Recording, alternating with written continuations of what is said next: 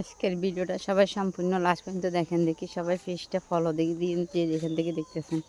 Hello, আসসালামু আলাইকুম, সবাই কেমন আছেন? আশা করি সবাই ভালো আছেন। আমরা আল্লাহর রহমতে আছি ভালো। আজকে কিছু কাজ করতেছি, কিছু বাঁশ কাটবো, ওই একটা দরকারে কি করবো এটা পরের ভিডিওতে দেখবেন। তো বাঁশ কাটতাম যাই, বাঁশ এক কোপ দিয়েছি উর্ফের দিকে, বাঁশ তো ধুলি রয়েছে ওই দিকে, এক কোপের লগে বাঁশ গেছে, এটা সিঁড়ি। তো এরপর আরও দুইটা কাটছি, কাটিয়ে বহুত কষ্টে ছুড়ে আনি বাড়িতে এনে একটু জায়গা খালি হয়েছিল, বেগুন গাছ তুলছিলাম ওই দিনকে, টমেটো গাছগুলো তোলার পরে এইগুলো জায়গাটা একটু কোপাইতে সেটা করতে কোদাল এনেছি। আর যেটা তো ডাকা দেওয়ার কথা ডাকা দেয়নি, আমি একটু প্রতিদিন করি না, আজকে কাজটা করিলে।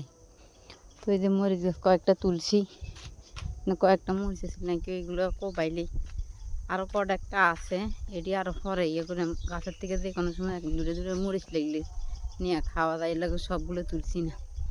এখন এনে অনেক পাতা, তো এগুলোর মধ্যে আবার অন্য কোনো তরকারি করে আপনারা দেখবেন। আসলে মানুষের মাড়ি কাটে দেয়, মাড়ি কাটার ভিতরে কৃষিকাজে অনেক কষ্ট। আসলে আমি সব কাজে করতে পারি, কেন সংসারের ভিতরে আগে সব কাজে করছি, এখন হয়তো করি না। এরপরে সিঁড়িটারে পুরাটা আজকে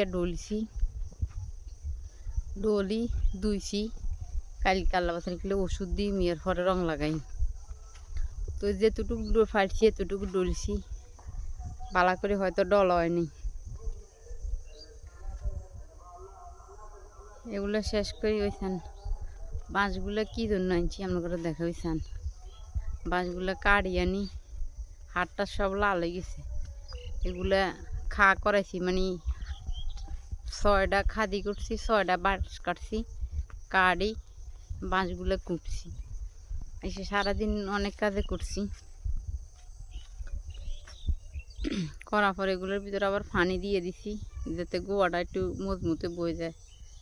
এরপরে দুপুরে এক ফাঁকে গেছি, স্বাস্থ্য বলে নিয়ে দিছে আম চুরি করবো বলে।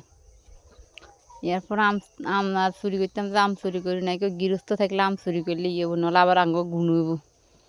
তো এই আমরা চুরি না করি আঙ্গ নিজের গাছের তাই আর হেতাগো গাছের তাই হাসছি। প্রথম 2টা হাসি বানে খাই, মেয়েরও আম বানাবো, এরও আরও কটা হারিয়ে আনছি আঙ্গ গাছের তাই, আর বাইরে যদি হারাইছি 2টা আম তো এবার নাই, তো কটা আছে কাঁচা আমের ভর্তা, সবারই পছন্দ।